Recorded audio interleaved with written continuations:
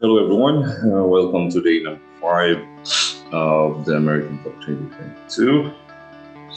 And it's a sad day for Wesley's fans, and also yours truly, as he lost to Levon Aronian in the quarterfinals.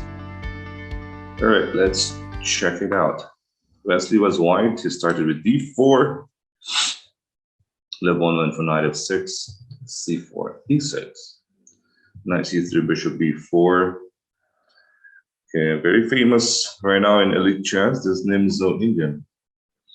e3, castles, bishop into d2. Okay, I guess Wesley was prepared with Levon's d5 here, but instead Levon went for c5.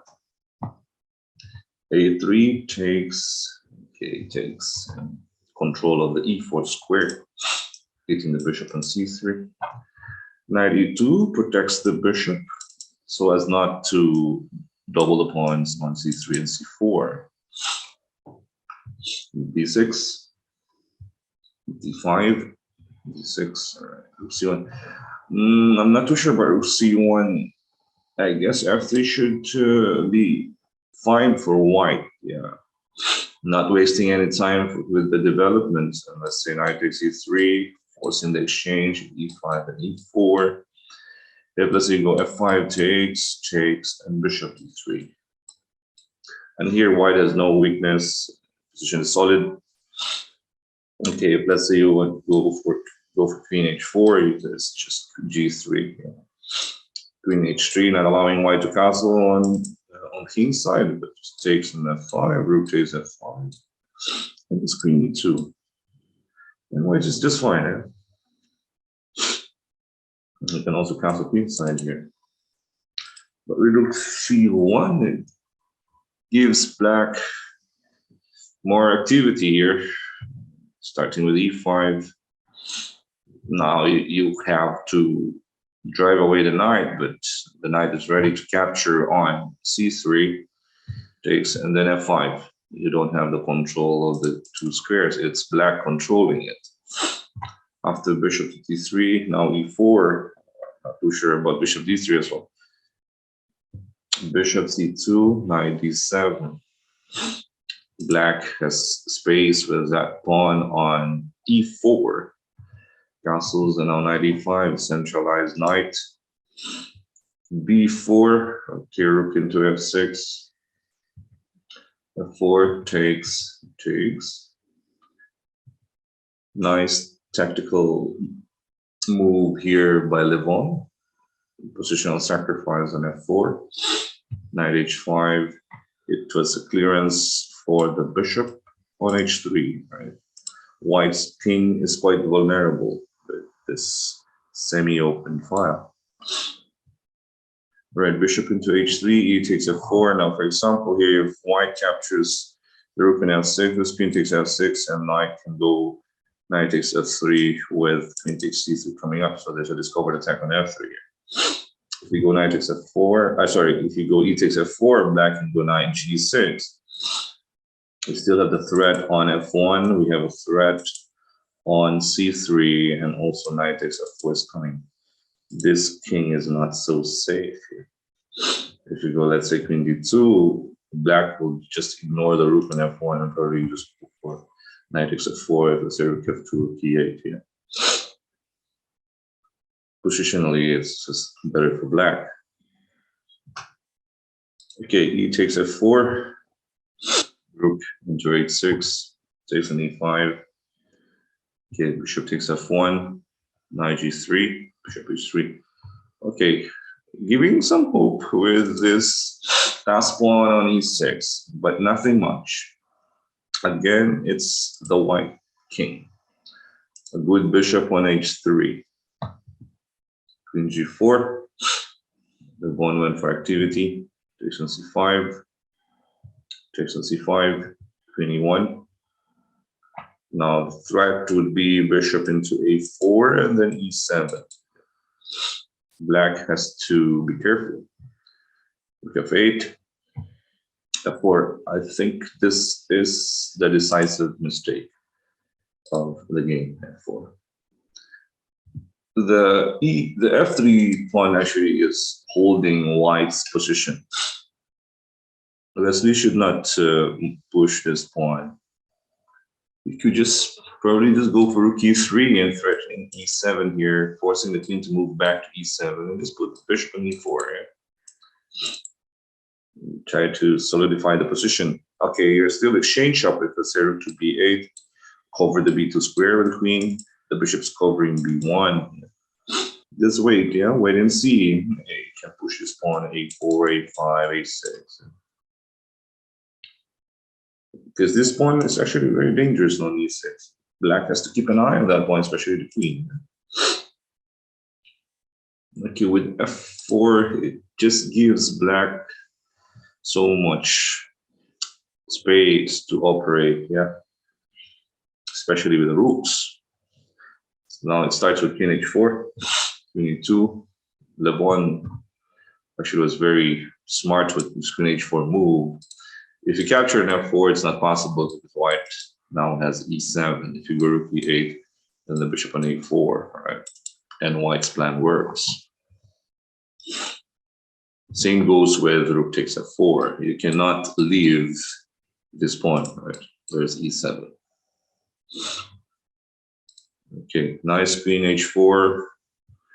Wesley was also very low on time. Queen e2, and now queen takes f4. What's the difference? Now, if you push that pawn on e7, there's queen d4 or queen c1. But Levon went for queen d4. It was also possible to play queen c1 here. Bishop d1, queen takes c3, promote a queen, and then this rook goes to f6. That's why f4 was bad, because it opens up the important f5 where the bishop is on h3, right? Taking away f1, potential back rank mate. I didn't really like f4. So queen d4, king h1, takes on c3. Levon allowed the promotion of queen. White has two queens, but again, it's the position versus material. White's position is just so bad with this king on a1, I think on h1, sorry, and bishop here for black on h3 is so strong, restricting the mobility of the king. Now with rook f6, queen goes back to e4, a1, bishop to b1, g6, all right, blocking the threat on h7 because there's a battery now with queen and the bishop. Queen to e1, queen b2, bishop into d3, rook f4.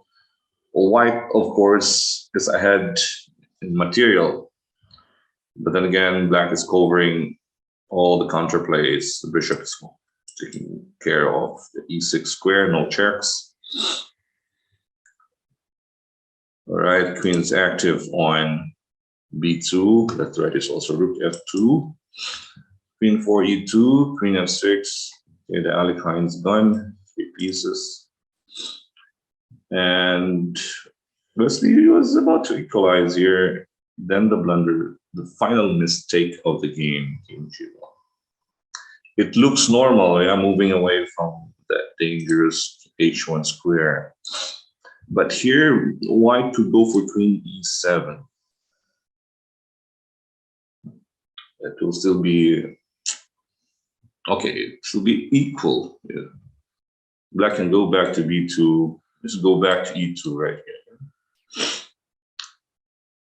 All right, black can actually take this pawn in 3. Maybe after that, then you can go king g1. Because let's say queen goes to, I don't know, where's the queen going? Maybe b3 and try to go for a5. Oh, white should at least hold. Black's activity is too much. Just imagine you have 2 queens, but very passive queens, active rooks, because of that f4 push. This one push, that one pawn move. Again, the pawns, they are the souls of the game. The problem with a pawn move is that you cannot move it back. So we have to be careful with that pawn move. So that king g1, queen d4 check, queen e3, and now rook e8. Levon is just very strong tactically also with this pin. And a skewer on e1. White has nothing. We cannot exchange queen here on d4 because it's going to be checkmate. Look at that. Right, the opera mate, yeah, with checkmate and bishop and the rook. Okay, so that f4 push by Wesley was the key in this game, that f4 push. Because the pawn actually on f3 is holding the f5. Yes. So you could just go rook e3. Yes, you have the pawn. You have this counter chance because of the pawn on e6. Bishop e4, queen c3. Yeah, just hold the position first. Queen cannot be active because of the pawn on e6. But after f4, it's all black from here. Once black gets that pawn, the pressure on f1 was just too much. Queen 4. White even have 2 queens, but nothing, yeah. It cannot even help. And then queen d4 and then rook e8. Ends the game and ends Wesley's stint in the American Cup. Levon moves on. Okay, well, this is Wesley's second loss. The first loss was against Sam in the first round. Okay, this is a double elimination tournament, so you lose twice in a match, you're gone. All right, so that was it. A very unfortunate loss for Wesley, but it is what it is. It's part of the competition. You win some, you lose some. Let's just wish him good luck in his next tournament. Okay, we will still continue to cover the American Cup in the days to come. Thank you guys for watching. Thank you for supporting our channel, Try Smash Chess and Try Smash Entertainment on Facebook and YouTube. This is Coach Oliver. Stay safe, everyone.